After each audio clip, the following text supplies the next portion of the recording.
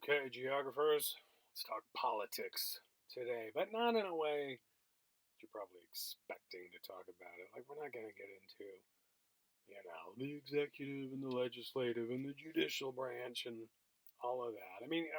Bless those little political scientists who like to talk about the merits of democracy and all that.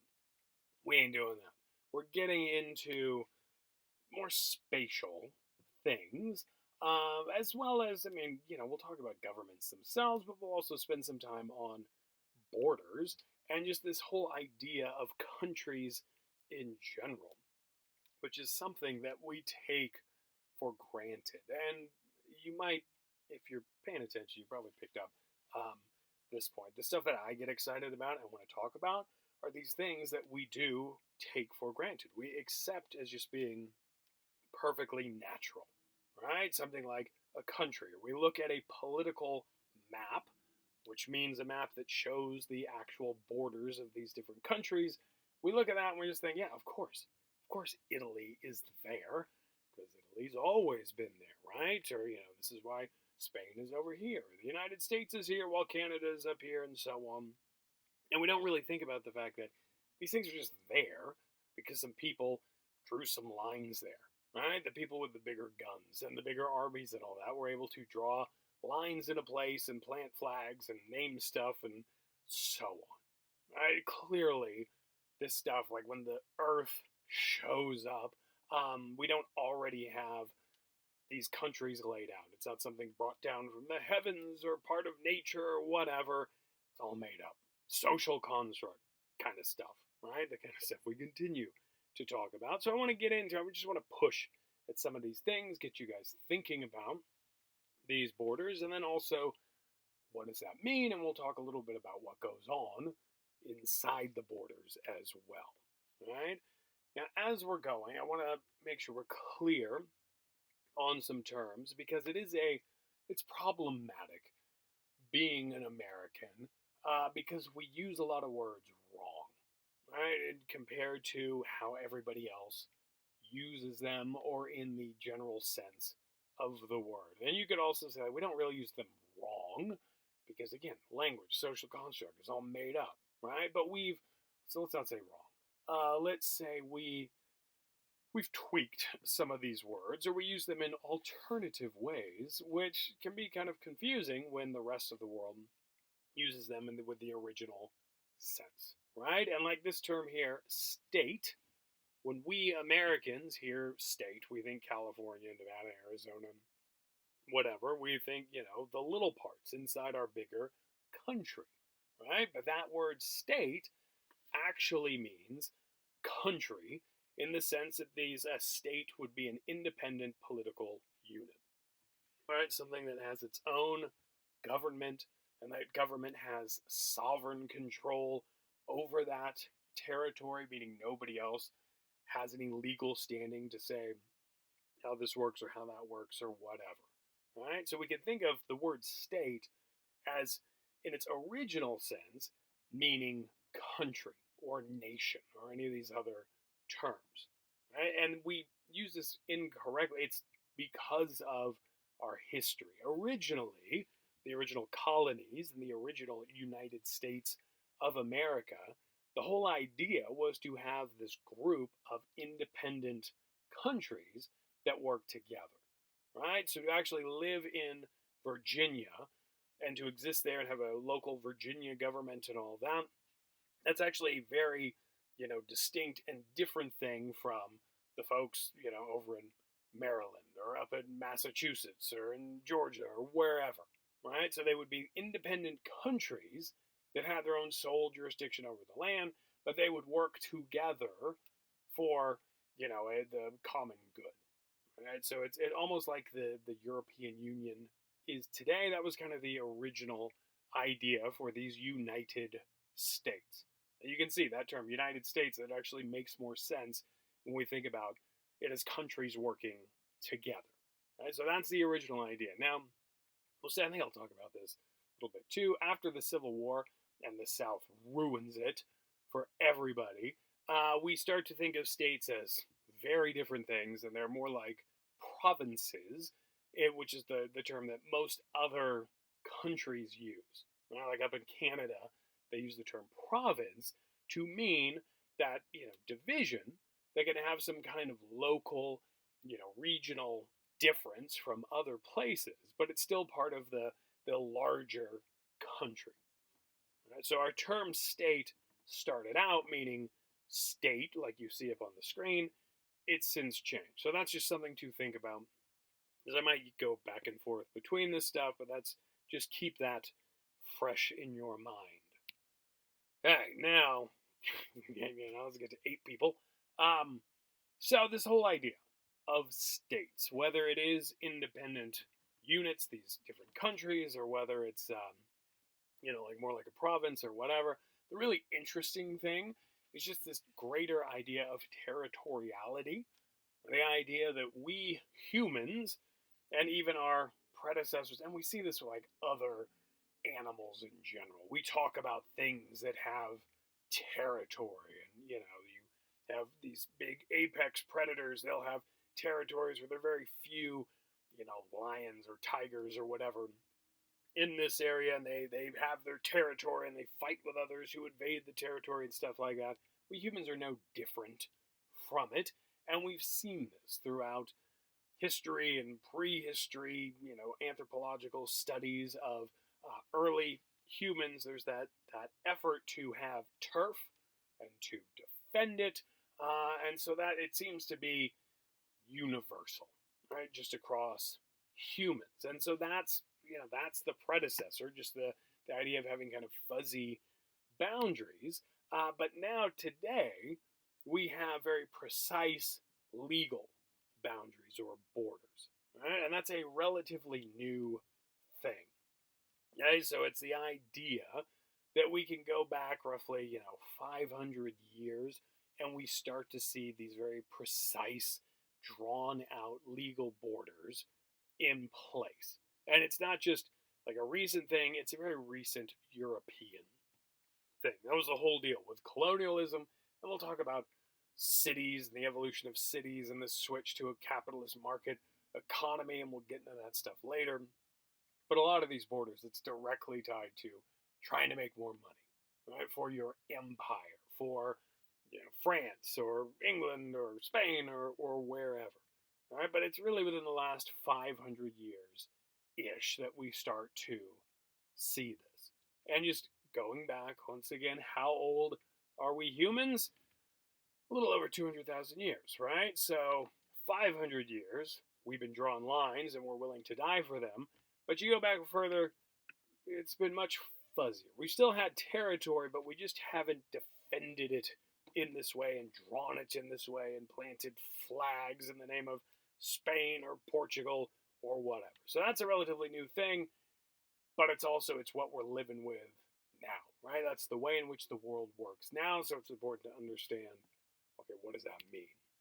So even though Europeans are responsible for this idea of precise borders, if we go back past the age of exploration and colonialism, we go back to the Middle Ages, medieval Europe, we can see that even the Europeans were much more relaxed in their borders that were maintained. This image of medieval France as well as modern day France shows this transition where we had what were called marchlands around a kingdom, right? And you can see here, let me pull up my laser pointer.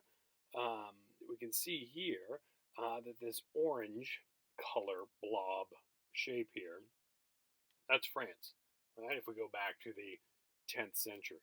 And it's pretty much synonymous with Paris, right? So it's the city, the idea of the kingdom. They aren't really countries at this point. But still, it's all kind of the same thing. And this area around Paris, within the boundaries of these natural borders, the mountain ranges and the water that surrounds it, that's not technically France, but it's not technically anything else. So it's this fuzzy area. And of course, there's kind of a de facto boundary just based on the natural landscape, but it would be later on when, and we'll talk about this, we'll get into the evolution evolution of the city and some of the reasons why what started out as cities would later grow on it to be bigger countries and all of that. But that's the general idea. So even though precise legal borders are a very European thing, we can see that Europeans haven't consistently had them. Another thing, when we're looking at borders, it's always useful to look at the shape of these borders, or what's going on in terms of the geometry. All right, and so geometric borders, those that have rather sharp angles, and you can see looking at a map of the U.S. out in the western United States, we see it quite a bit. Like Wyoming, Colorado, they're not even clever in the least, right? They're just these little boxes that exist out here. These are geometric boundaries, and quite often when we see these out in the world, they indicate some kind of newness to a country, right? Or in this case, within a country, when we start drawing these precise boundaries, but still, some of this stuff, it's still at that era of thinking of it as the United States, meaning the United countries. But we can see this in the developing world as well in certain areas where we have these very precise geometric boundaries. It indicates that it's, relatively speaking, a new country or place, and quite often meaning that a colonial power moved into this area to set up new borders in this new territory. All right, and these states here, this is what was done, and there's the four corners idea here. Not everybody was for it.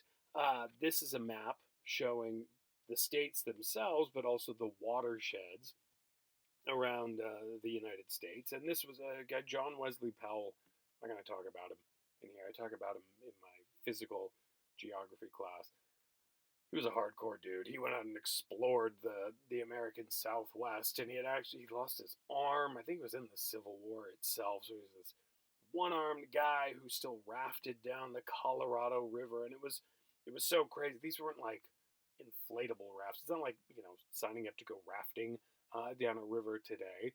This was hardcore expedition stuff, wooden rafts, and not high-tech stuff as we would think of it today, or even fun stuff to do. But when they would go over rapids, apparently he had a special chair in the raft to strap him in because he only had the one arm, and he just looked tough and all that. But as he's going out here, he's realizing that the real key, if the United States wants to move out to the West Coast and expand the different states, going from sea to shining sea, when they moved all these new Americans and set up states in the Southwest, water was going to be crucial. And his argument was, no, don't draw these stupid geometric boundaries.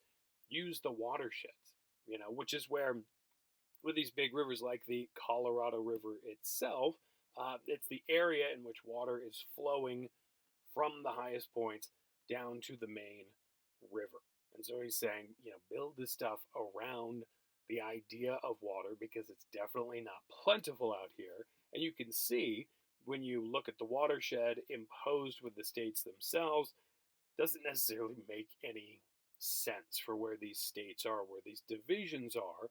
And if you look at the history of a lot of this stuff, it's quite often just arbitrary lines drawn, or compromises done with one group to another, and all of that. But Powell pushed for a more natural boundary, so we can have geometric borders where we're dealing with just drawing these nice lines in here, or we can have natural borders where we're following the natural landscape. And we do have them in certain parts of the United States.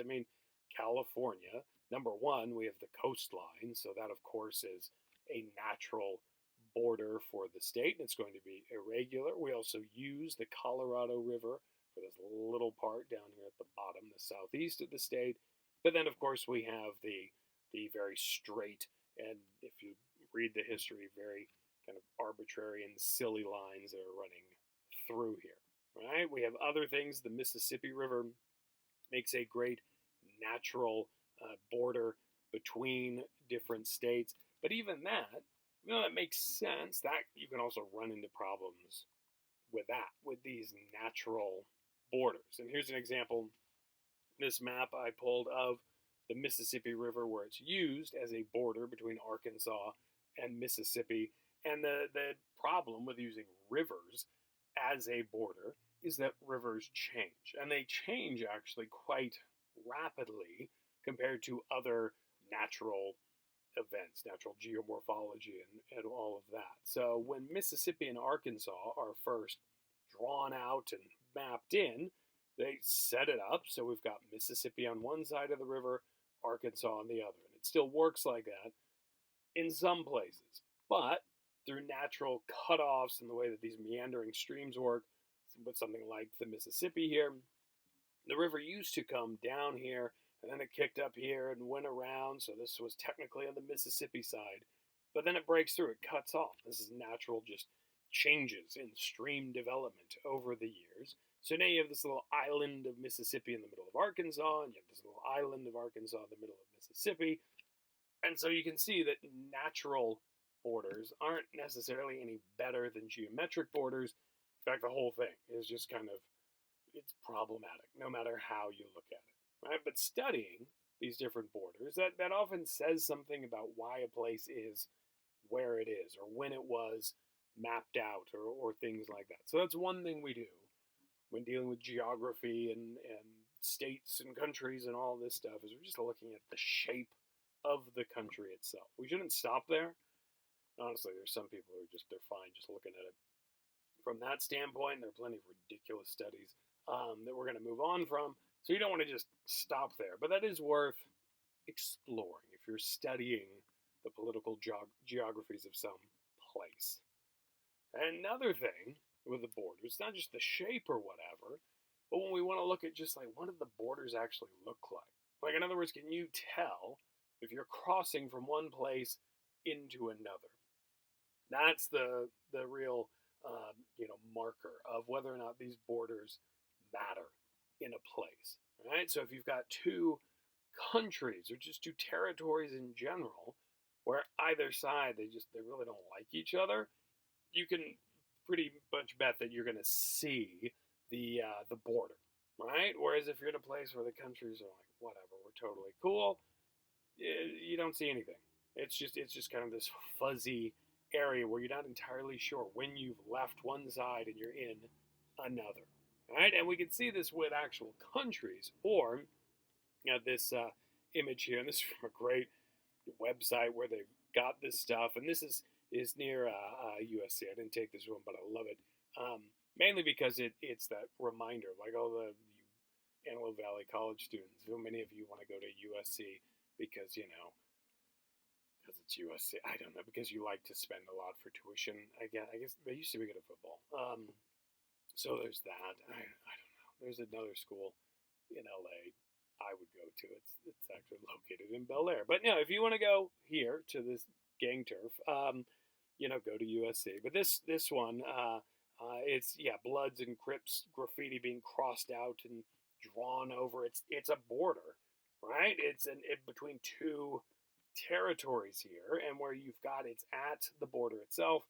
Tensions are high, and you can see that in the graffiti. In fact, there was a study done where it was looking at gang graffiti, and what these researchers found was at the edges, at the actual borders, the graffiti was aggressive, and it was scary, and it was a way to scare other people and keep the bad guys out, the other gang, the rival gangs. It was to let them know, like, don't come in here, we're going to mess with you. But then as you went further into that gang's actual territory, so you're far from the border, you're really inside that territory, the graffiti, it switches. It's no longer this aggressive, scary stuff. It's more like positive messages, like, hey, we're a good gang, or what. I don't remember exactly what it was saying, but so that, we can see borders at like actual international crossings, or we can see it with other groups and territoriality and all that stuff. And if you click this Hood Art website, it's fascinating where I stole this from. And if you read the actual like comments on these images. It's fantastic. It's like a study of this stuff, and then it just gets into people, calling the other gang, whatever they call them. It's a fun little read. You gotta check it out. So that's the thing with borders. When we can see them, that's telling us something, right? Or what do we actually see? Like this. This is another thing I stole from the internet, but I love it because this is Portugal right here, and the E is for España, right? So we got Portugal and Spain, and yes, there's this little Microsoft Paint line drawn in here, but there's not even a line right here. I mean, it's an area where you've got some vegetation and all that. But you can see it's pretty easy to sneak across the border from Portugal to Spain, and that's a clear indication that, you know what, these two countries are okay with each other. Right? Here's another one picture where they even put a bridge up so you don't get your feet wet when you go from one country to another. So pretty relaxed right here. All right? We can see something very similar to this with one of our own borders between the United States and Canada. And again, it's a case where this red line doesn't actually exist. So if you are willing, if you're brave enough to actually go down into this little ditch right here and then come on out, yeah, you can sneak into Canada. Because who's going to do it, right? And who cares? Like, if Canadians sneak into this country, like, what's the big deal? Canadians, good, wonderful people. But then we have this other border, it turns out. This is on the southern side. I don't know if you guys have looked at a map of the United States. But yeah, we share this northern border with Canada. And then if you go down to the U.S.-Mexican border, not the case. We got a wall. And Californians are familiar with this quite often, that even before Trump was calling for a wall, there's already been some wall that has existed in certain areas, and I think this will do. The wall exists, and it extends out, and I've had some students who've looked at this picture and just said, well, couldn't you just go out and, like, swim around? I don't know, maybe. I've never tried it. I don't know if we've put, like, special sharks or something just waiting there to eat Mexicans. So be careful if you try it. But we have the actual wall there. Clearly, that's saying something. And then what's also crazy is in some areas, you don't see the physical border itself. You don't see a wall or a line, but you see technology that indicates that clearly keeping people on one side of that borderline is important. And so this picture down here, what are we looking at? We've got the trailer, set up. You can see the wheels and the little hitch thing over here.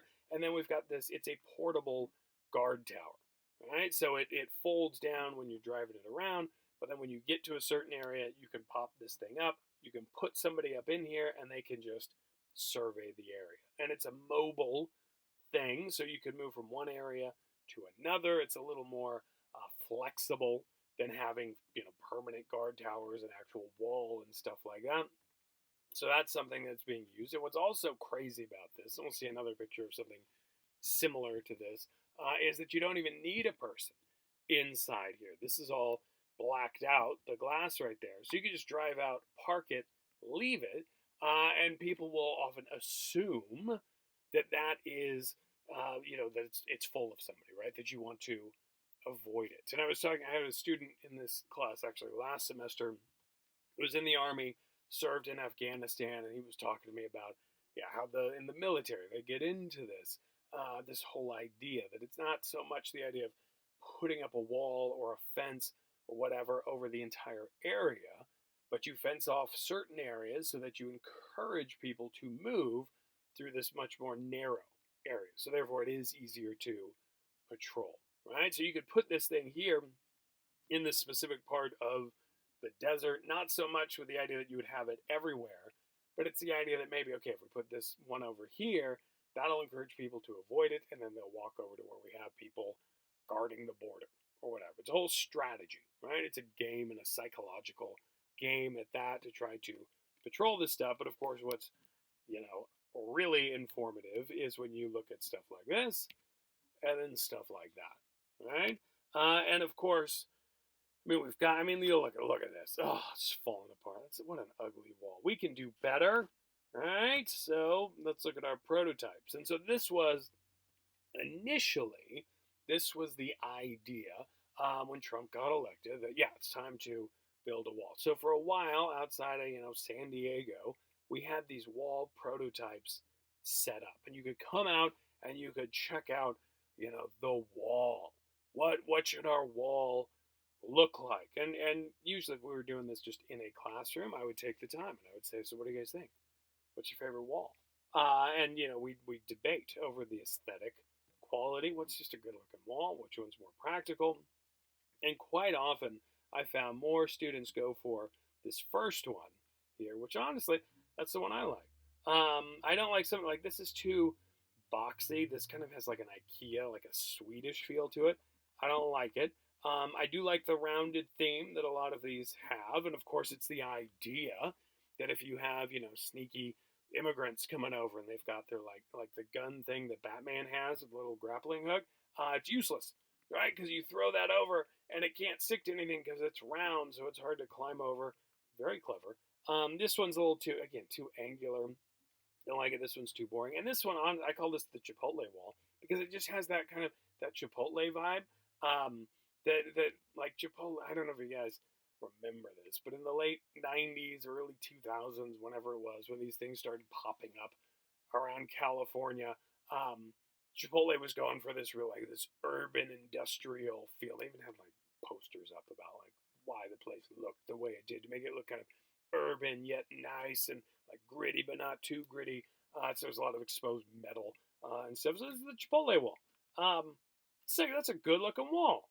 All right, that's fantastic. Now, none of these exist anymore. These were torn down, and we've changed it a little bit because it was the whole idea there has to be some kind of transparency so you can make sure people aren't getting ready to sneak drugs over. I don't remember exactly why.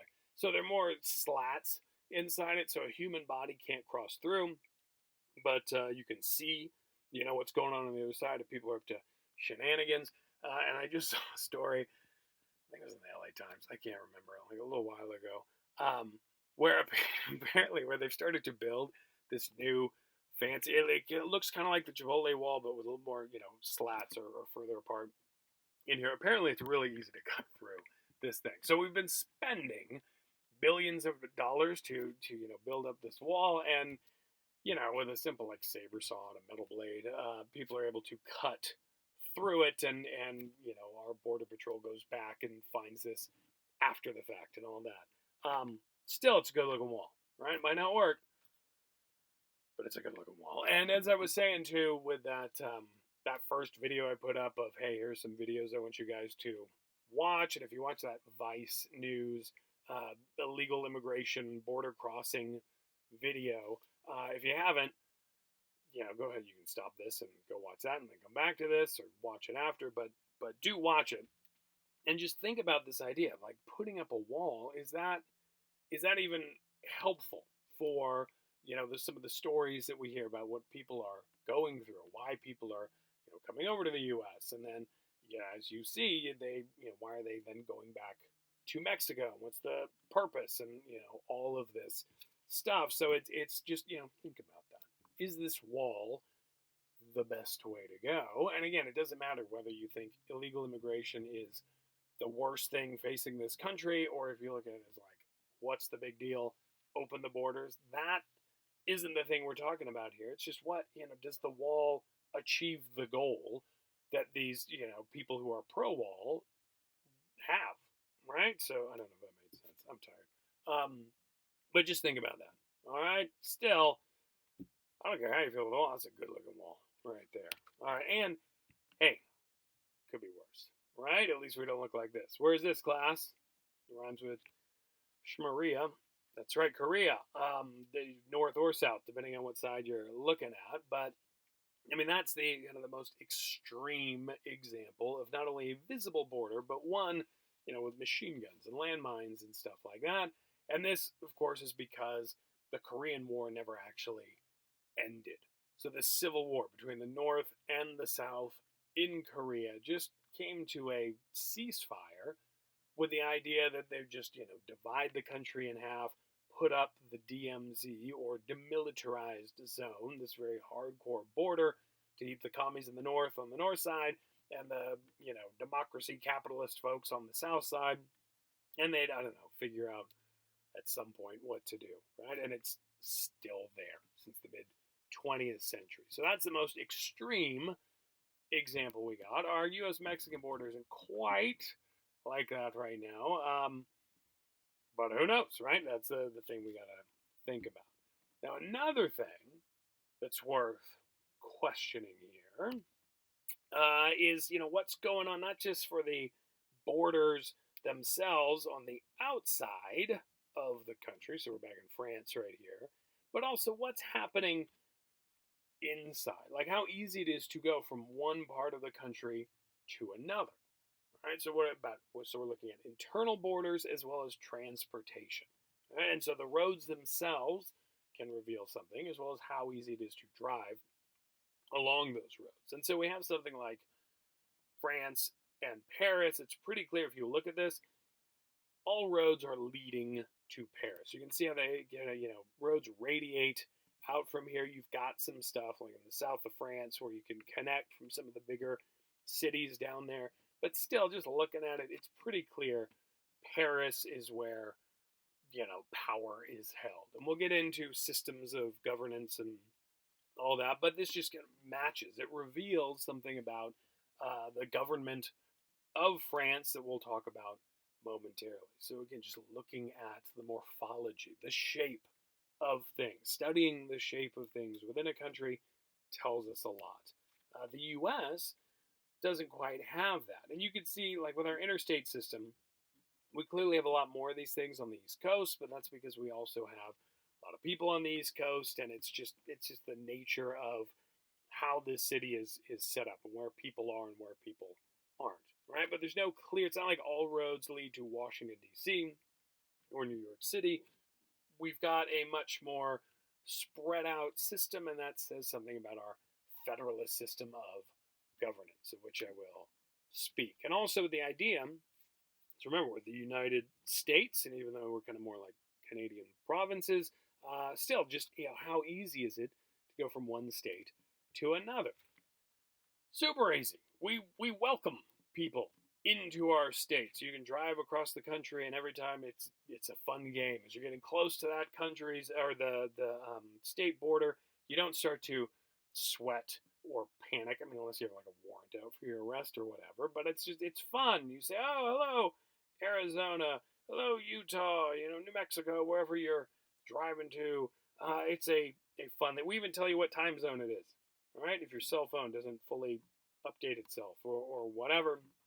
Super easy. So in this case, you could look at a place like the United States, and yes, maybe, we have a slightly more aggressive border in the south than we do in the north, but internally, we're okay with, citizens themselves moving from one place to another. We encourage that.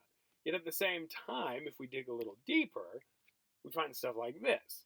And this, you hopefully, hasn't been that long since we saw the first one.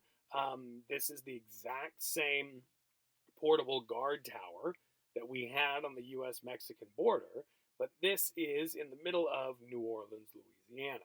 And this is a few years after, I think it was like 2 years after Katrina, and the city is still trying to recover and come back. And I was there visiting and hanging out, and this is the stuff that shocked me. Like with all of this economic, development and trying to bring things back, there was a clear sense that it was not okay for certain people to move from one side of the city to another. Now, as a tourist, and we could probably put white as a modifier in front of that tourist, I could move wherever. This still freaked me out. I've talked to you guys how cops freak me out, even though it's ridiculous. This freaked me out because it was the man staring at me. And again, it's that thing of I don't know, somebody's actually in here. It could be empty for all I know, but I'm behaving as if someone is in there. And so this was like kind of on the edge of the French Quarter in the financial area and all of that. So it was a way to let people of New Orleans, the more, how should we say it, undesirable people of New Orleans in the eyes of the New Orleans Police Department, to let them know not to try anything. And it also goes to show how important tourism is for this city, that all of, the soft little tourists, of which I was one, needed to be protected. And so there was this increased police presence to let certain people know they weren't okay to move from one place to another. It was very imposing, very authoritarian, and frankly, just unsettling. I took this picture quickly, and then we walked away. Again, I wasn't going to get arrested, but still, oogie vibes. All right, so don't just because state borders might be okay, we want to go even further, look into borders in the city, and they can even be invisible borders in the sense that there's not clearly defined districts and all of that, but you can still get a sense. They can still be visible if you know what to look for. All right, so some more political geography 101 stuff, some more terminology. This one drives me crazy because nobody knows how to use it. And so it's the term nation state. And people use it, I think, just to try to, sound smarter or whatever. But it has an actual meaning to it. It doesn't just mean country. It means that your nationality and culture are the same thing. Okay? And it meaning not like in the U.S., we are not a nation state. Because you can say, I'm an American, I got an American culture, but we're, this nation of immigrants. We have a lot of different cultures working together here, right? But other countries, like, say, Greece, is a thing where if you are Greek, that says something about your citizenship to a specific country, as well as it says something about your, your culture, your cultural background. And it's not to say that you don't have immigrants in Greece, and this is changing, and this is also why, we shouldn't use the term, totally, just all the time. We should probably just get rid of it, to be perfectly honest. It's a very 20th century kind of term, because like Greece, you watch the NBA, you don't just have, white Greek guys that exist, right? We got Giannis. So it's the idea that it's a stupid term today, but it specifically means nationality, culture. It's the same thing, and race kind of gets worked into that, ethnicity, all of these different things. So it has a very specific purpose. And with, like I was saying, with a lot of countries, it doesn't work. That's why it drives me crazy when people use it. But a lot of places are simply not nation states, because the culture that occupies the country didn't have a say in drawing the borders. Most of the countries that exist are in this situation. Iraq, it's a make-believe country. It's not a real country in the sense that the Iraqi people did not, come from their medieval background and have a say in determining where their borders would be and this and that. No, it was really modern day Iraq is the result of the Brits and the French divvying up the Middle East after World War I, right? Deciding where these countries would exist. And you can have, Iraq kind of follows this general idea of Mesopotamia and the Tigris and the Euphrates and Babylon. And so there's some of that, but the borders themselves, arbitrary in the sense that it was not the people who got to draw them, and that led to some issues, like when the U.S. in 2003 went into Iraq to get rid of Saddam Hussein and did that. We were then shocked by the continued violence in the area. We figured we'd get Saddam out of there, and they'd suddenly become, it'd be a democracy, and everything would be okay, and we'd be liberators and all that. No, and it turns out, because there are people in here who didn't like each other, and it's because it was different ethnic groups who were forced into an area, and quite often with colonial powers, the irritation one ethnic group had with another ethnic group, the colonial powers would kind of poke at that and kind of continue this unrest to make sure the people in charge could maintain that being in charge, right? And so a lot of the global South especially a lot of the stuff we see. I mean, we could put in South America here too, but all the stuff that we're looking at here, very arbitrary in the boundaries themselves. These are not nation states in the sense that the people, the actual culture that inhabits this area, they didn't have a say in where the boundaries would be. Whereas here in Western Europe, these folks had a say, right? So that's why, again, nation state, just don't use it. That's the simplest thing here. And this is showing too with Iraq as well as other places. You've hopefully, if you've watched that Vice News thing about immigration, you saw the thing on the Syrian civil war. The Kurds are mentioned, and these are people. It's an ethnicity who, historically Kurdish people would inhabit what's known as Kurdistan, but it's not an actual country. It's not a recognized nation. And so you can see their traditional Kurdish territory stretches throughout multiple nations, and that's led to issues. And you have other people, Sunni and Shia Muslims who have, looked down upon the Kurds, and it's led to violence and conflict. That was part of the problems after Saddam is overthrown with the sectarian violence that took place in Iraq. So that's the issue. That's the idea with colonial powers going in, carving stuff up quite often. And it wasn't even like the Brits and the French were ignorant of these different people. No, quite often it makes perfect sense to divide up a group, to keep them weak, to allow, to make sure that you get to stay in power and other groups are divided. All right, now let's shift gears a little bit. We'll talk less about, what borders look like and all that. Let's just talk about the fact that we take these borders so seriously, right? Which is the idea of nationalism, right? The having this identity that is connected to your country. And this goes beyond the nation state idea, although those in a nation state can have a sense of nationalism. But for a place like the United States, a place where multiple groups have come in, or there's not one single culture, we still have this sense of what it means to be an American, right? That's what nationalism is referring to. And another thing about this, I mean, that's okay, fine. That doesn't seem to be like this real crazy idea that people are proud to be an American or whatever. But what's really crazy is this idea of dying for one's country. And I say crazy because, like, I've had students midway through a semester that come up to me and they just let me know, look, you know what, I'm dropping the class, nothing personal, but I'm not going to do college. I just enlisted in the military. I'd rather sign up for that, and die for my country. And that's fine. That's a noble, heroic thing. I say, right on, and it's you're seen as a hero if you do that.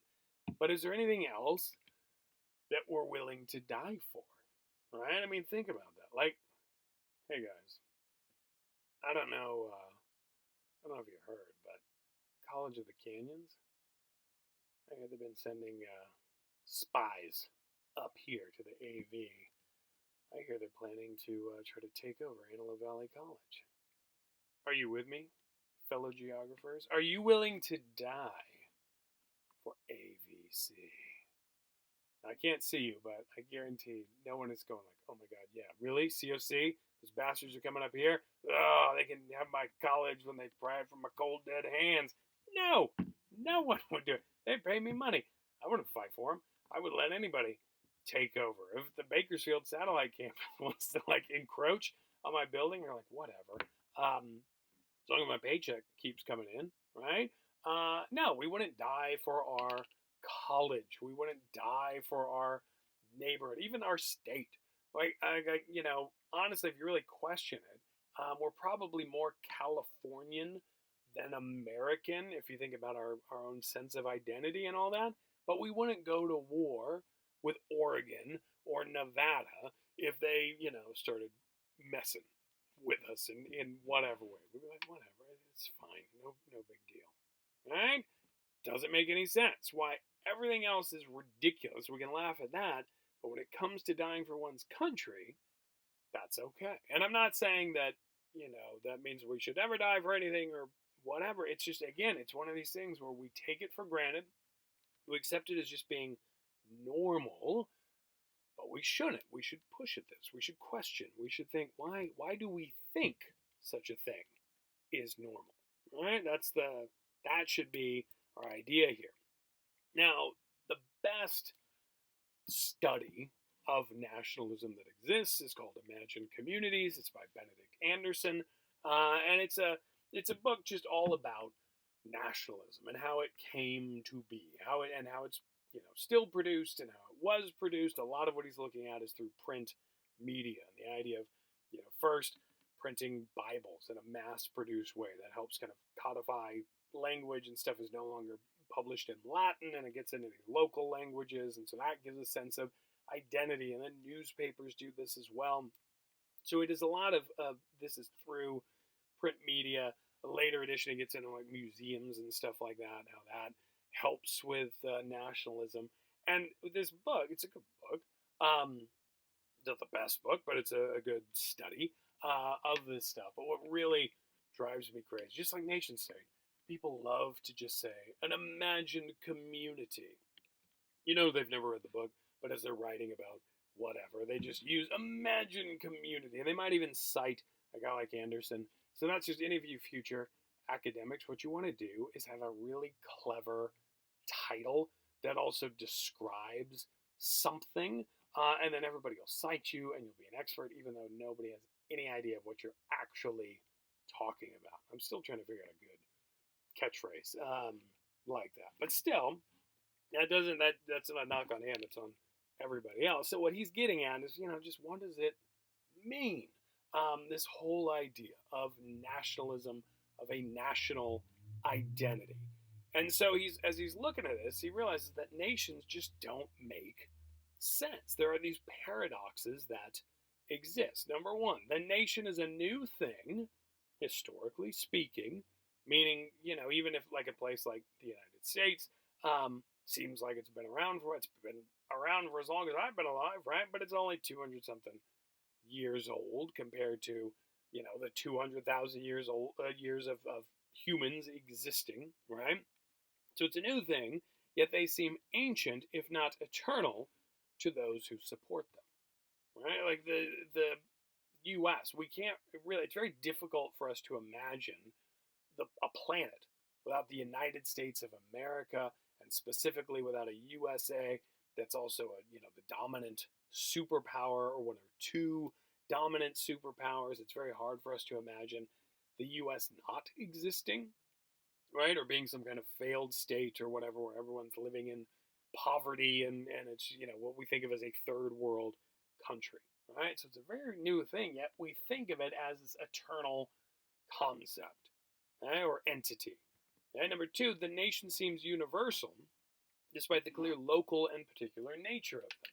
Meaning, this is really, it's thought of as universal by Europeans, by Americans as well, by the people who impose them on others. But honestly, there are plenty of groups who don't necessarily need to have a nation, don't need to have a country in the sense that those of us in the West get all hung up on, but it is treated as this very universal thing. Of course, people want to have their own nation. Why wouldn't you? Right? And then number three, there are no real philosophers of the nation like we see in politics, economics, etc., despite the fact that the nation is such a powerful entity in today's world.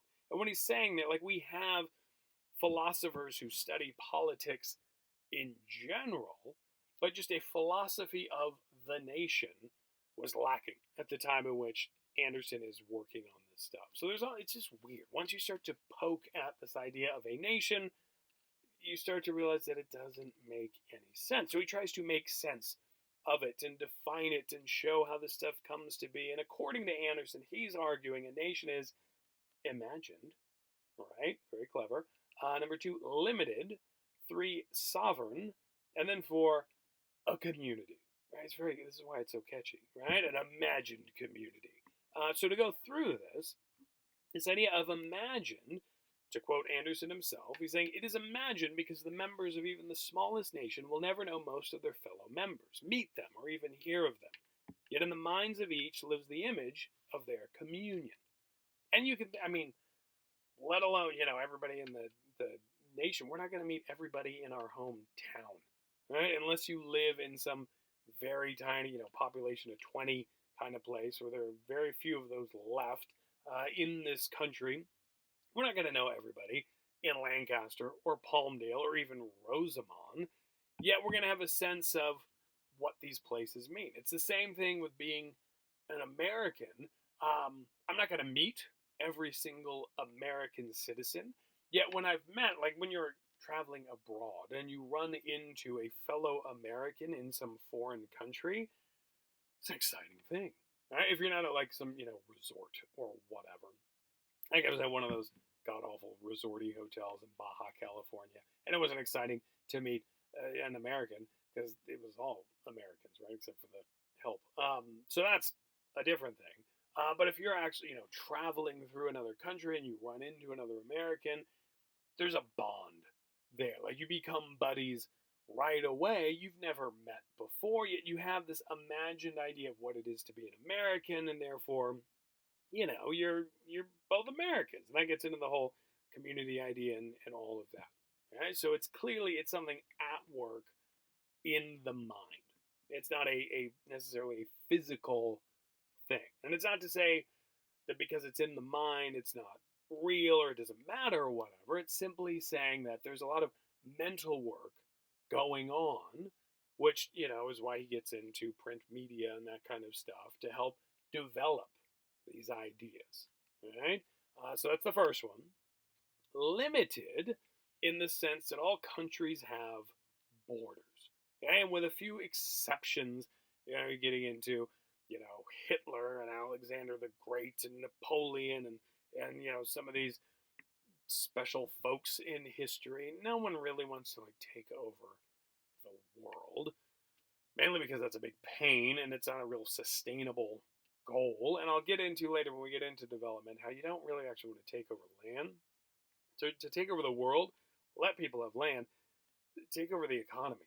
So we'll get into how the U.S. has done a really good job of that's why we're a superpower, because we've shifted the economics of the world. But in terms of being American, it's a very limited club, right? Like we'll gladly trade with other countries. We'll gladly employ workers in a place like Mexico and the maquiladoras down, in the border. And I think I might have talked about those already with you guys. If not, we'll definitely talk about maquiladoras in a little bit and how all of that stuff works.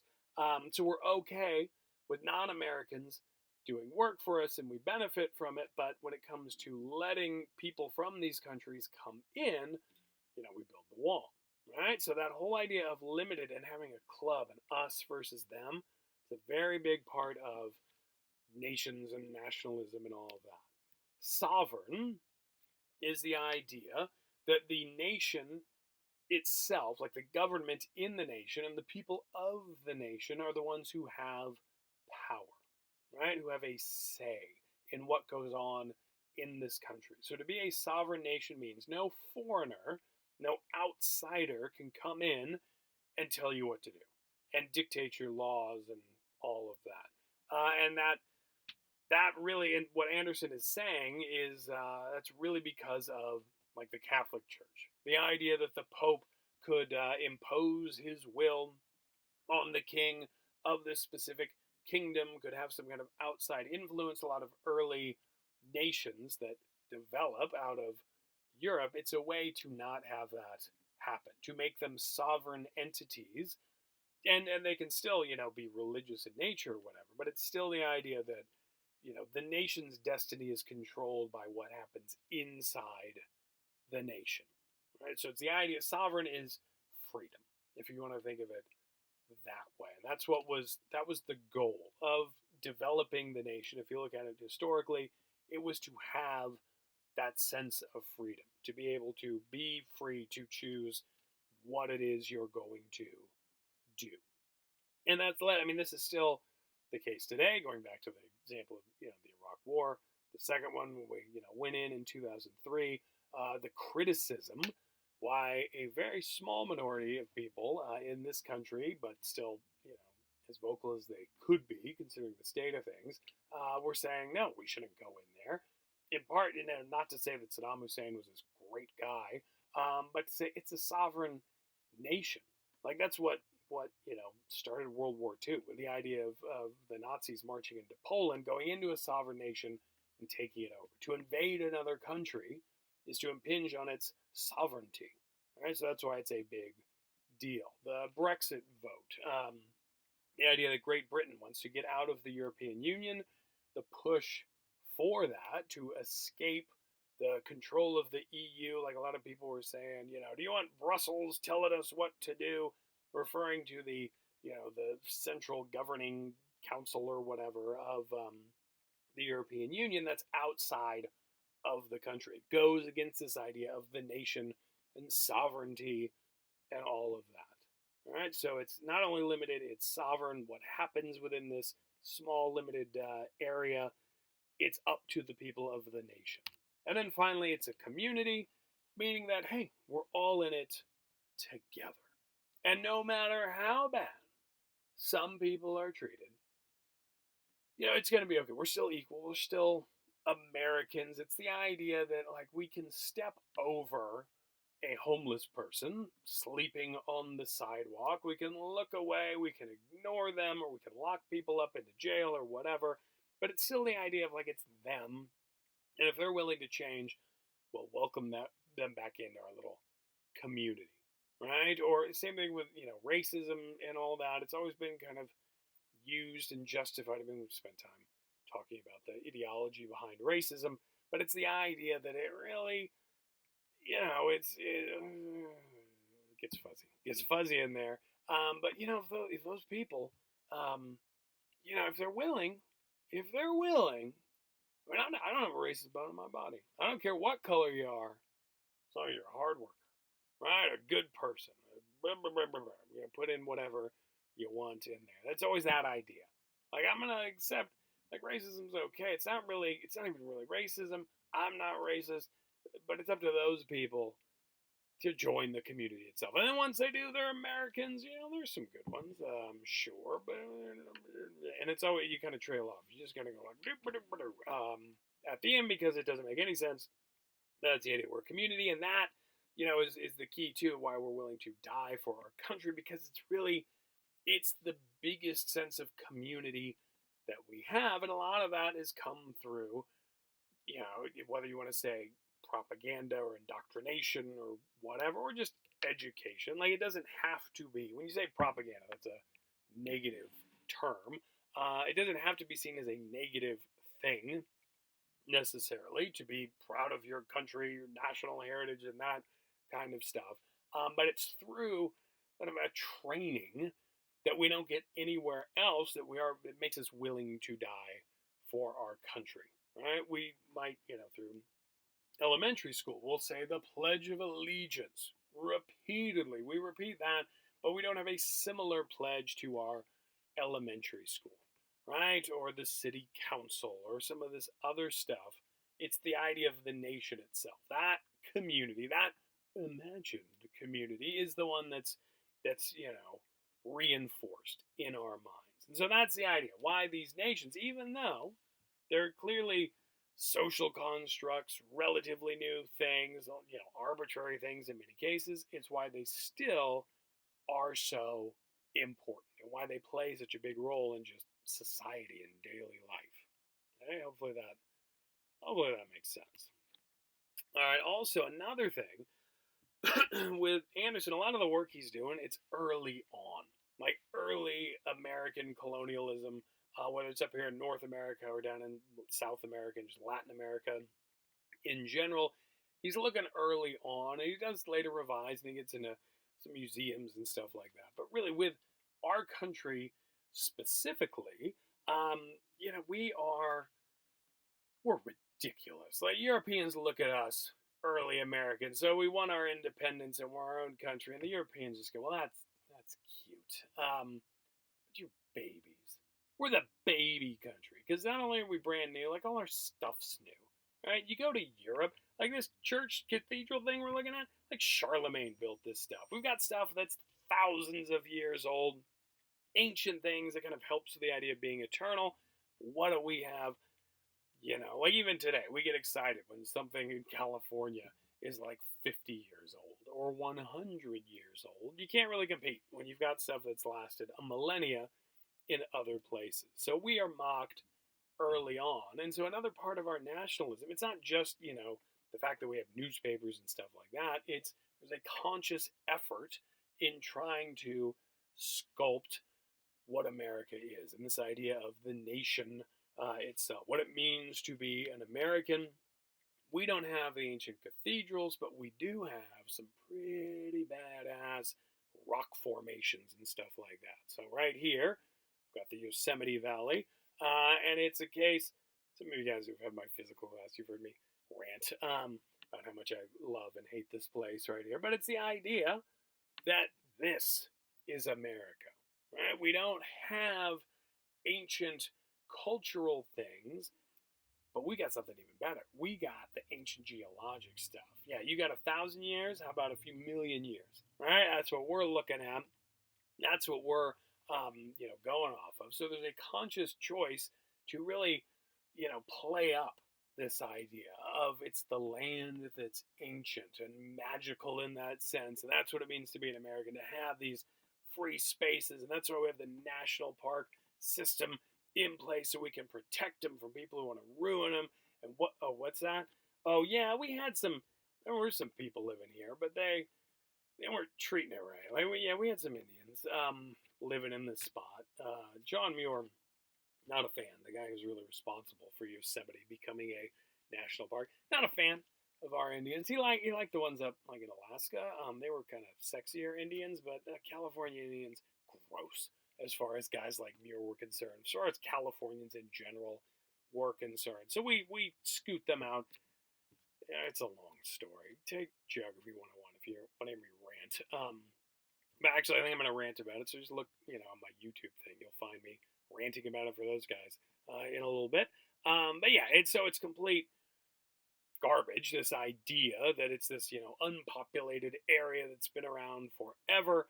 But that's what we did. So that's how we played up our sense of nationalism. And while we can still have, like, we've got some old buildings, the Capitol building and the White House and stuff like that.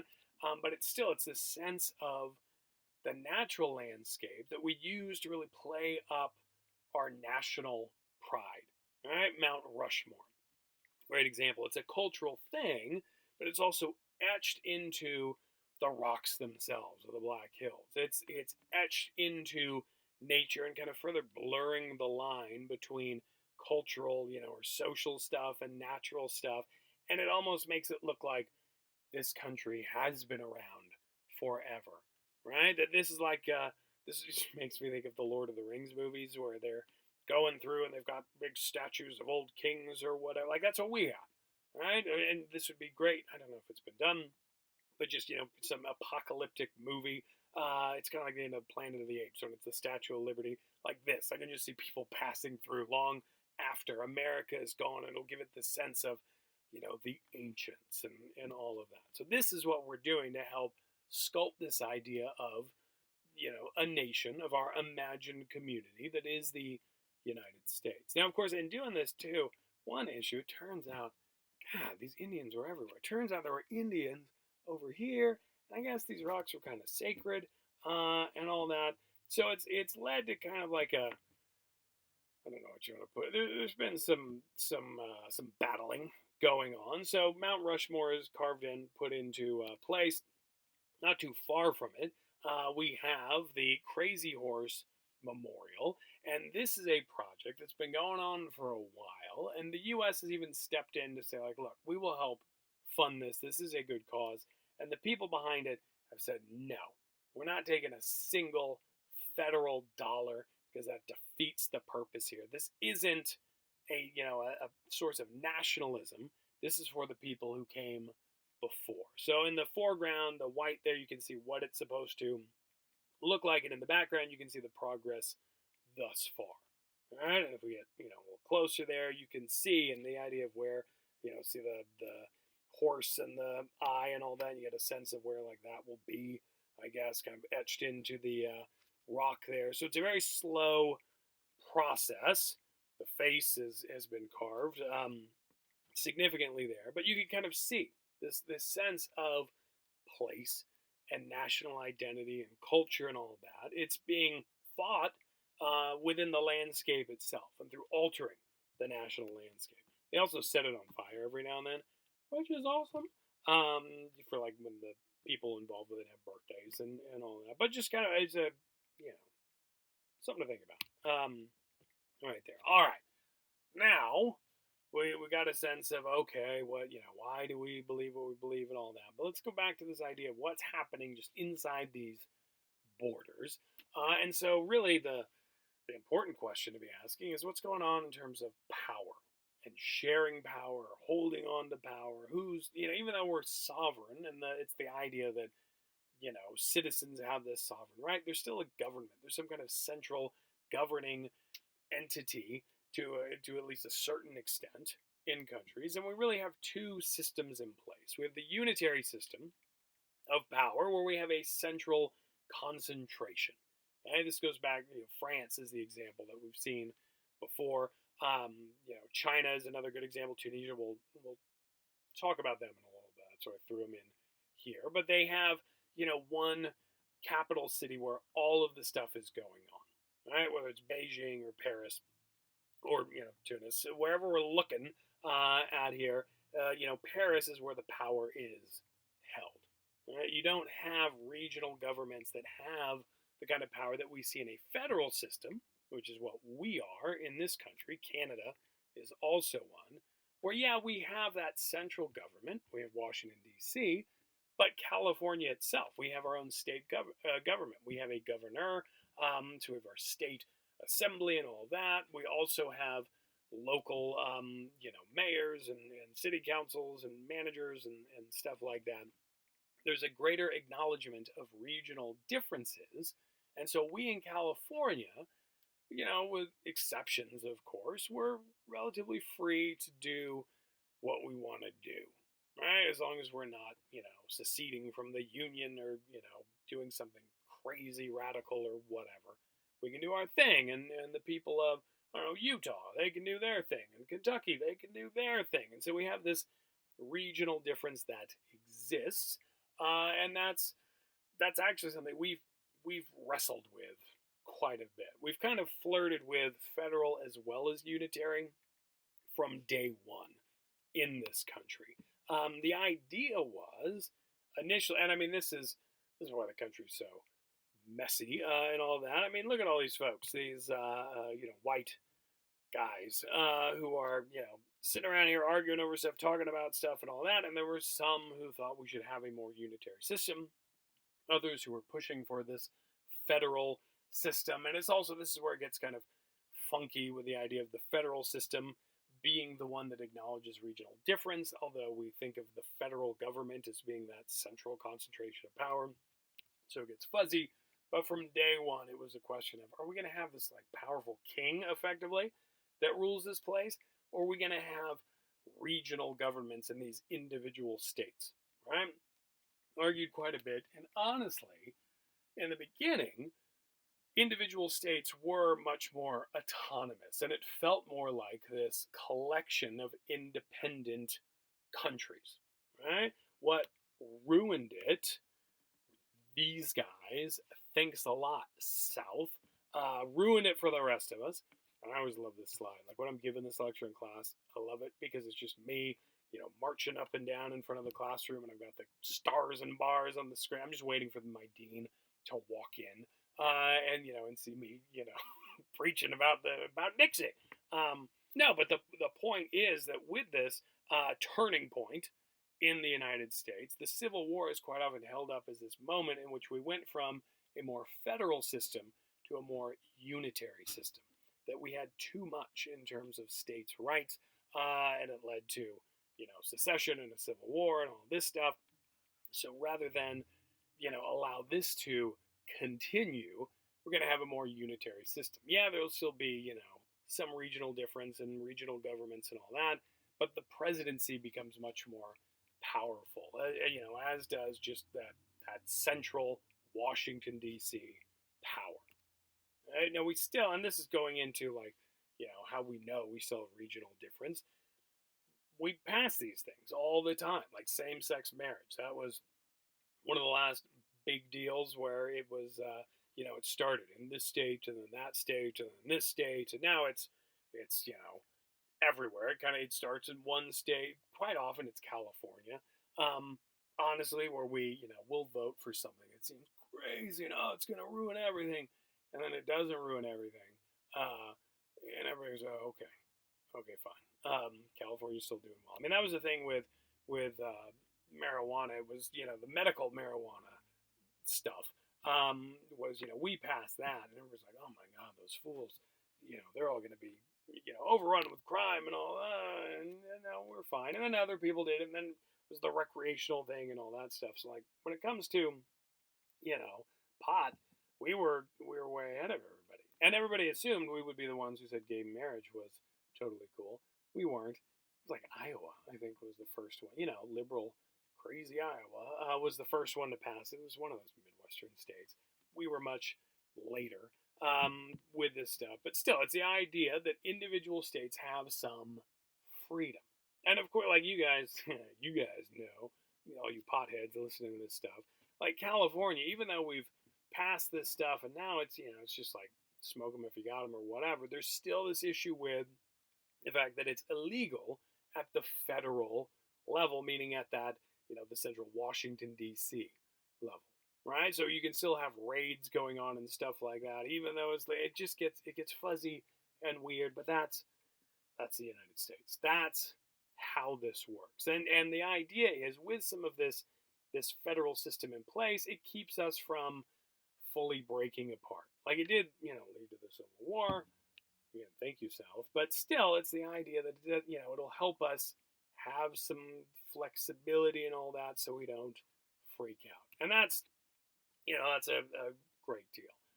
The problem, though, is that some of this flexibility, it's led to one group taking over and evilly so, and that's where gerrymandering comes into play. And hopefully, you've heard of this term. Whether or not you actually understand what it is, it's god awful. It's an evil thing. Like it goes against everything that we tell ourselves about what America should be. Yet it's also one of the more boring topics, so we don't pay attention, and that's why it's been able to happen. But it's the idea that within different voting districts, they can be drawn by those people in charge, and if you're drawing a voting district, it's very easy to draw it in a way to make sure your side wins and the other side doesn't. See, like we think of as democracy, even a representative democracy like we have, it's the idea that, hey, my vote should count and it should be fair and all that. No, we can draw in these different districts and make it so this side always wins, even if they're the minority in the voting block. There, they still win because the districts are drawn in a certain way. And this gets into this is like congressional stuff. It can also be state assembly, things like that. But when we're voting for our congressperson, that's where this comes into play, right? How do we send the place where we live? Are we sending a Republican congressperson or a Democrat to Washington D.C.? A lot of that doesn't have anything to do with who's voting, or what the majority really wants. It's how these districts are drawn. Okay, and it's named gerrymandering after Eldridge Gerry, who was one of the signers of the Declaration of Independence. But he, just because they were our founding fathers, doesn't mean they were good people. This was named for him because he was drawing these districts in a way and it was the idea. Look, I don't know. Old-timey people were weird. This was supposed to look like a salamander. That's what the mander thing is. This looks like a vulture demon. But it's a salamander, I guess, is what it looked like. But it was the idea that these districts he drew and the stuff he used to kind of, maintain control it looked funky. It was very clear when you mapped it out. This wasn't a fair way to do stuff. All right? And so the way this works, I think this is a pretty good simple depiction of it from the Washington Post. Let me pull this up here. So on this side, this is just a simplified version of a district, like a place where people live. Not even a district, what would become multiple districts in an area, right? So you can think, I don't know, Southern California or some, the Antelope Valley, however you want to think about it. So it's this area, and just the individual people. We'll stick with the convention, right? So we can say red is Republican, blue is Democrat. And so in this area, you have a majority of Democrats compared to the Republicans, right? 40% red, 60% blue.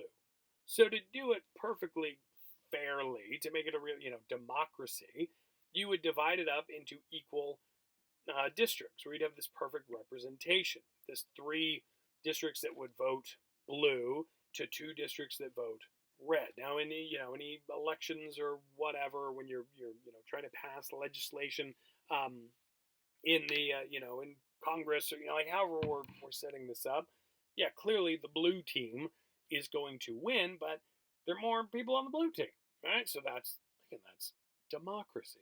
So you can do that, but you still also have a case where it's still going to be close, and you could have this group right here, this blue team could say like, you know what, the other blue guys are being dicks. I'm going to go with the red, right? So it's still seen as fair, and you can flip stuff around. Whereas this, with this outcome, you're still going to have blue being the majority and winning and all of that, but red gets nothing, right? Because they're lumped in here with these blue guys, so they're always in the minority, like to the extreme. So it kind of like, you might not notice it's unfair right off the bat, but it clearly is, because there's never really a chance for that red team to have their say, right? To even come close to having their say. And then what you can do, this is the real art of gerrymandering.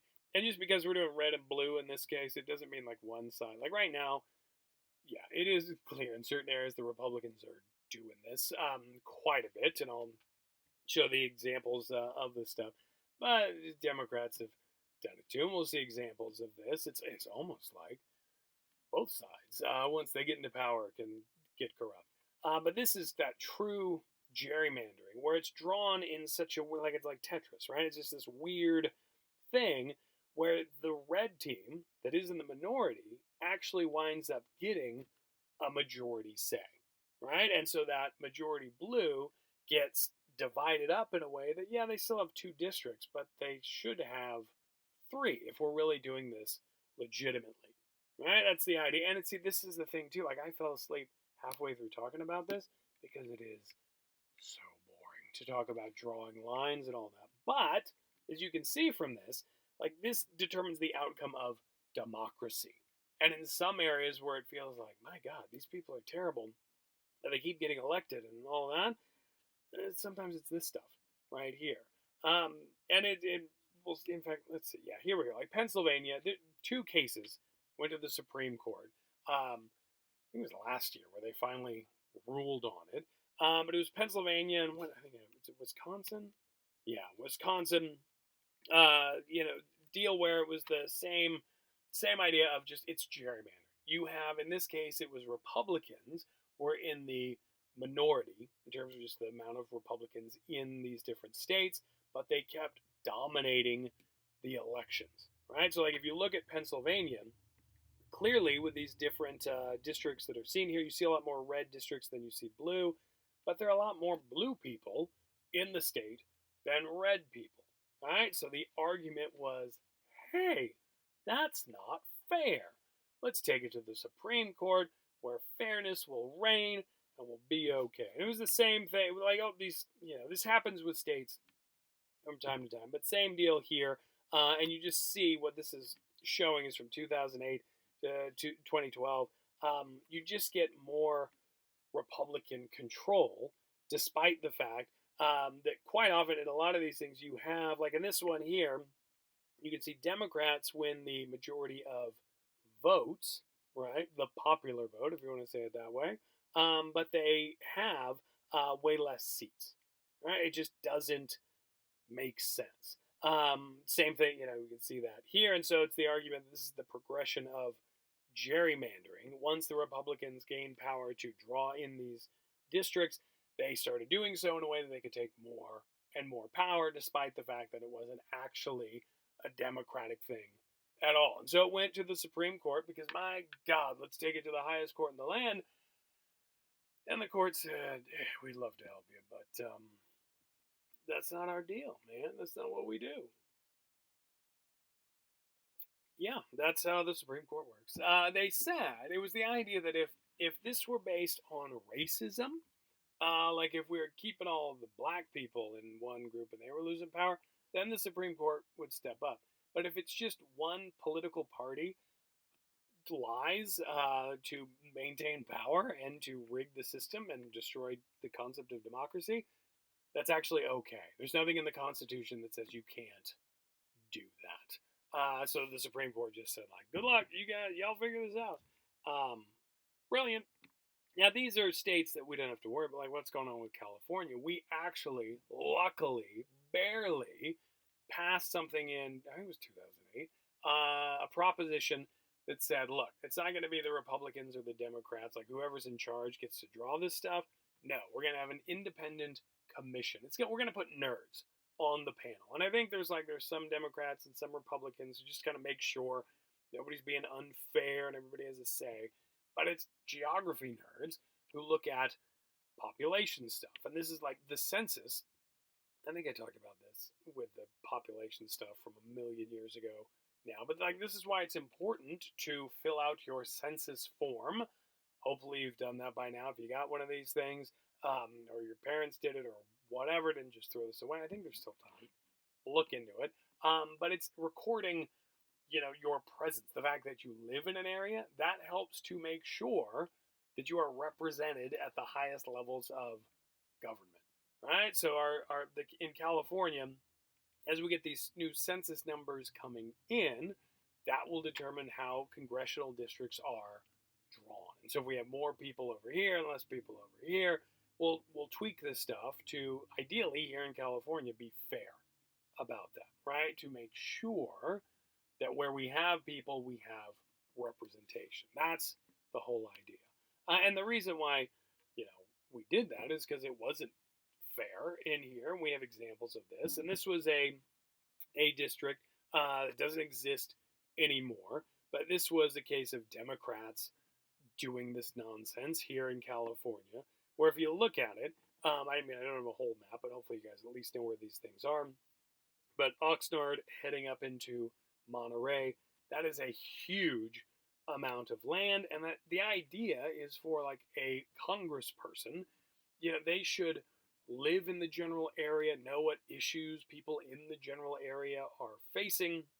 To have this much stretch of just like weird coastline, that's absurd. And if you know anything about California too, there are people who live outside of this, elite and often liberally leaning coastal area. You've got a lot of, conservative folks and working class folks out there, right? And there's a good chance that, people who are near the fancier parts of the coastline, Oxnard and Santa Barbara and all that, they have more in common or should have more in common and work together with the poor working class folks who are out here, right? Away from the coast. And sure enough, if you look at it, you can see that district right here. So this is blue.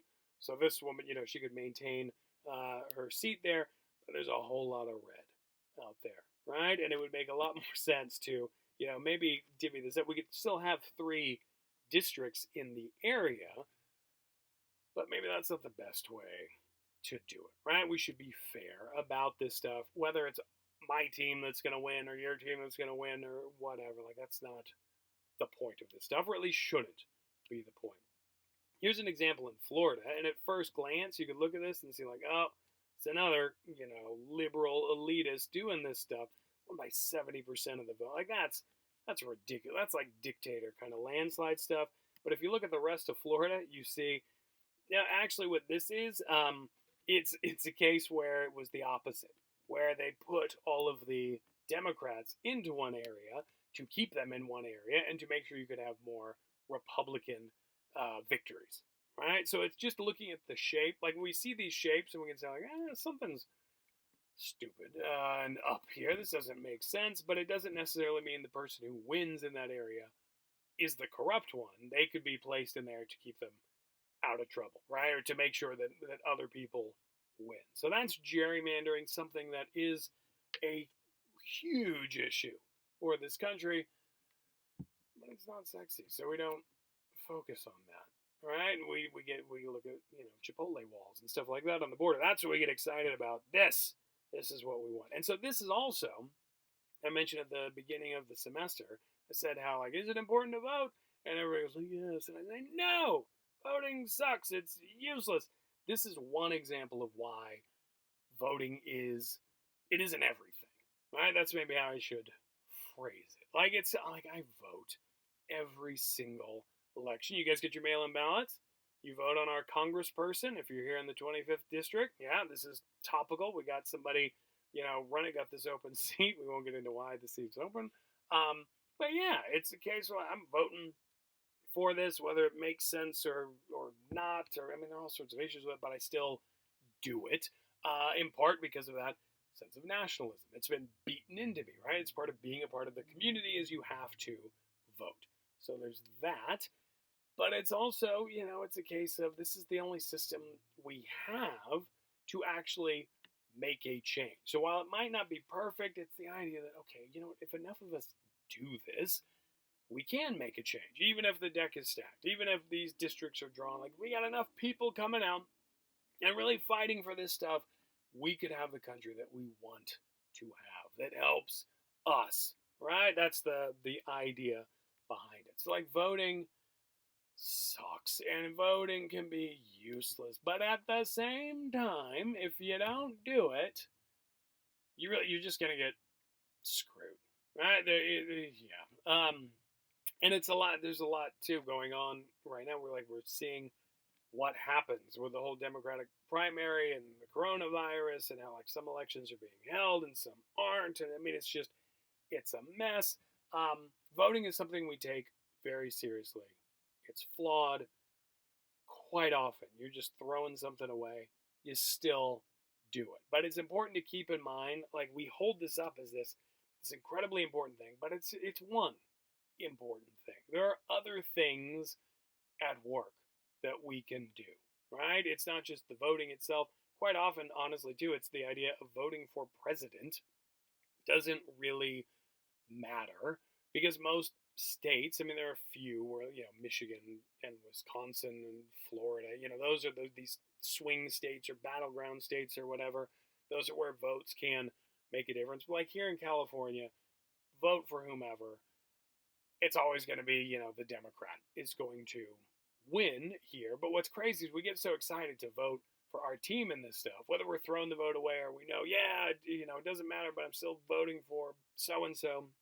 We do that, but we also don't focus on, like, the people in Congress or the judicial races or this stuff, the people who affect our lives on a much more daily basis. And actually, it's much easier to, go out, learn about the issues, campaign, help out, and you can actually enact change that affects you directly, right? But we never do that. We get focused on this presidential thing, because that's what the media is always talking about. But, like governor. Right? That's the thing during the coronavirus. It's very clear that the president is, saying this stuff and doing this stuff, and he has his opinions, and then governors, like our governor here in California, has his own opinions about how to best move forward, and so you've got governors battling the president, but it's clear, like what's happening here in California, a lot of that is more based on the fact that we have, a governor in place who is making decisions. And that's, whether you love what Newsom is doing or don't love or whatever, that gubernatorial race, which is the fancy way of saying governor race, that can be more important for daily lives, as well as, mayors and city councils and stuff like that. So voting is a waste. with gerrymandering and stuff like that. It's a waste, though, too, if we don't actually know what we're voting for and we don't work to try to, make voting one aspect of this larger idea of democracy. And honestly, I mean, it's still impressive. As much as this system is screwed up, it is very impressive to see what happens every 4 years or 8 years or whatever, where we have a transfer of power from one team to the other, right? Like we just had in 2016, or technically 2017, where you have Obama on one team is leaving and Trump on the other team comes in, and it's a big thing, and we got the parades and all that, and there are plenty of people, whether it's Obama winning or Trump winning, at any election, you've got plenty of people who go, oh, this is the end of America. I can't believe those morons voted for this moron and all that stuff. But we don't actually, have a war over this stuff. We go on with our lives, and we know that the idea that, in 4 years we have a chance to, have our team win this time. And each team thinks that way. So it is pretty remarkable to think about the fact that we have been relatively stable, and is, with all the talk it goes on about Trump has changed everything. Well, I mean, they said that about Reagan. It's a case of we'll probably, regardless of the election itself, like who wins in 2020, we'll still have a peaceful transfer of power. I could be wrong. I didn't think we'd have a pandemic that would make me talk into my computer to be able to teach you. So I could be naive in this case, but honestly, we got a good thing going for us. So it's much better to try to fix what we got going, because the other options, they're rough, man. I mean, you think it's a pain to go stand in line to vote. How about having to, shoot the police that are coming from another country to try to make sure that you don't have unrest and blah, blah, blah, blah, blah. Yeah, that's rough. That's effort. That's way more important than like having a politically minded social media account or whatever. And so this is what I want to shift to now, is like, we got our thing going on. Some other countries, they didn't necessarily have our thing going on. They had to do other stuff. And the Arab Spring in the, early 2010s, in 2010 and 2011, this is when this really took off. This was another response to political change in a place, right, where we had unrest and uprisings and revolutions and all that throughout North Africa and the Levant and the Arabian Peninsula, throughout what we think of as the Middle East. This map is showing the various players involved here, and I'll talk about. Really, I'm just going to talk about Tunisia, because that's where it started. In my world regional class, I spent a lot of time getting into the exact details, because it's crazy what happened in a relatively short amount of time. And honestly, there are plenty of places where it's still going on, right? Where, things started happening in early 2011, and it's still at war and in a state of civil war. Like Libya, still a mess. Syria, again, going back to that, that's a huge mess. Those are the two big ones. Iraq was kind of already a mess, so that's kind of, misleading in there. And some of these, like, they've got this more democratic facade, meaning that it looks like it's a democracy. It's not. Like Egypt, they had a democracy going, and then when, a Muslim group won military coup, and we were okay with that, because, it's not democracy, but we don't want Muslims in charge. So, I mean, a lot of this, it's just a complete mess. And really, kind of interestingly, I guess would be the way to say it, the only place where we have, like, true a success story, and I put that in like air quotes because it hasn't been perfect, it has been Tunisia, where this all started. Right, so that's interesting. I'll just talk about like how it started and what has gone on quite briefly. But we go back to the end of 2010. Yeah, you've got Mohamed Bouazizi, who was this guy who was educated, skilled guy, seemed like, a bright guy. And of course, being an educated young man in a place like Tunisia, he sold fruit. because that's all he could do. And we have this term overeducated is something all of you college students should be aware of. It's the case where you have an education that trains you to do this thing, but the only work you can get is something that is not as high skill of a job, right? So you learn to be an engineer and you work selling fruit. And that's something where in the developing world, the global south, we see that a lot more, although we got plenty of that. You have a college degree and you're working at Starbucks or whatever. I mean, I had that right after I got my bachelor's degree. I worked some very, low skill job. I worked at a bookstore and I was a delivery driver for that one. That one was kind of awesome. I drove a truck. Met some crazy people but still, it was demeaning. For me to have this, degree and I'm so skilled and I'm doing something that I didn't need a college degree to do, right? And for me, being an American, I had the luxury of like, oh, okay, you know what? I'm just going to go back, get a graduate degree, get some, more training, get this GIS certificate I've already talked to you guys about. Very useful to have. And sure enough, once I do that, I start getting the kind of jobs that my education is suited for. I'm fine. If I were in Tunisia in that same boat, I wouldn't have those options. I would not have that luxury. And so really, Muhammad here had no other options. This is just what he had to do. And so he's selling fruit. And the police and the government, it's not a great place to be doing stuff. And he goes in to sell fruit in this little market square area, and he gets harassed by the police. Not having a permit, and they take his fruit and his little fruit stand cart thing away, and it's like he's done. He can't take it anymore. So he commits what we very politely call self-immolation. You guys know what that means? He sets himself on fire. Yeah, and that's the crazy thing is that we have a term for that act, meaning it happens enough to where we actually have classified it as something. And that really throughout different cultures, different countries, different moments in history, people have set themselves on fire as like the ultimate act of protest.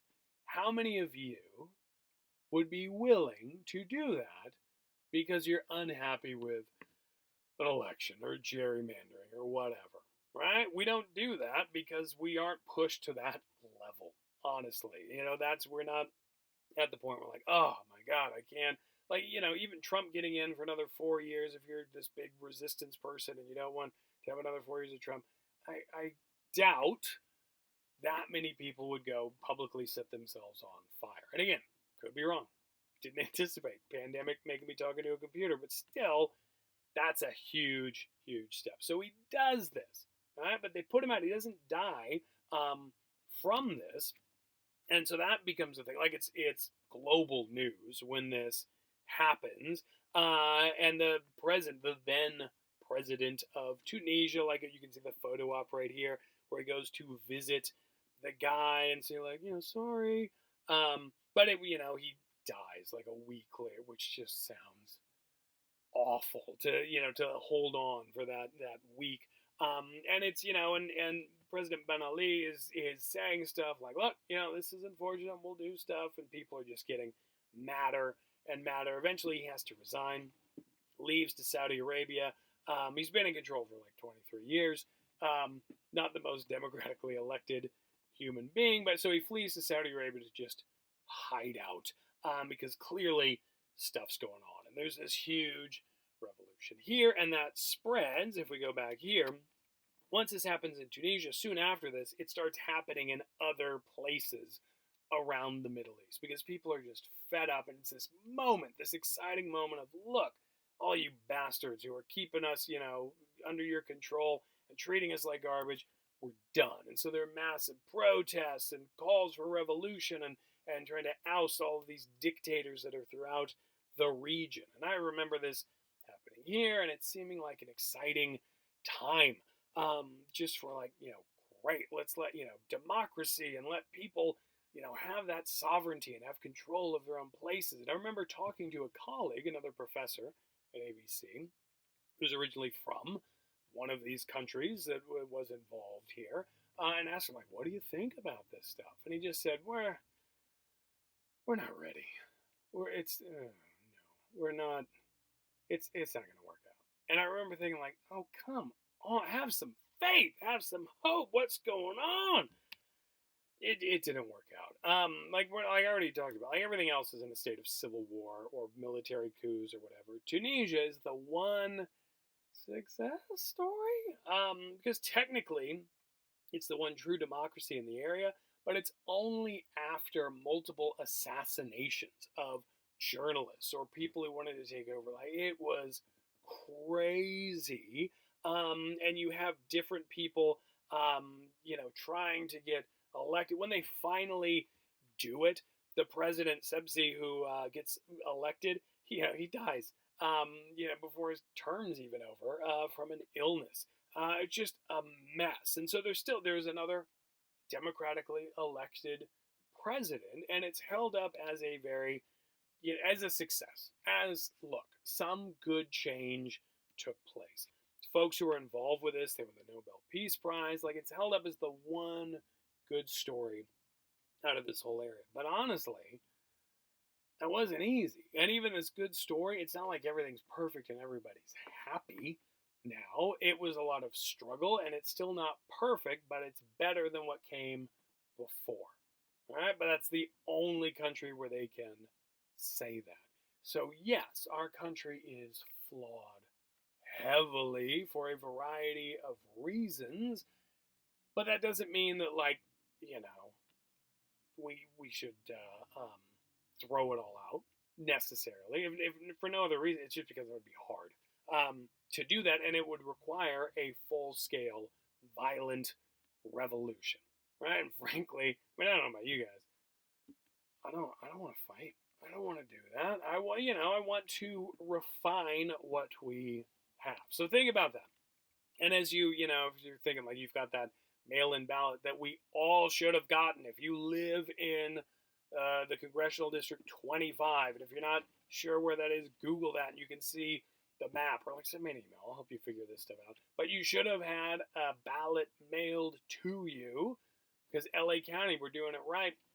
In light of all this pandemic stuff, everybody gets to mail in something to vote for this one special little congressional election. Think about that. If you're like, oh, I don't know, and I got to do some research to see who these people are, and then I got to put it in a mailbox. Like, maybe, do you want that? Or do you want, violent protests and assassinations and stuff like that? Just vote. Damn it. Even though voting doesn't matter. Unless you do, look, okay, it's complex. It's just go vote. USA. USA. All right, people. That's it. There's some uplifting, patriotic stuff. I don't know. What do you expect? I'm tired. Stay safe. Stay healthy. Stay learning. And I'll talk to you guys later. Bye.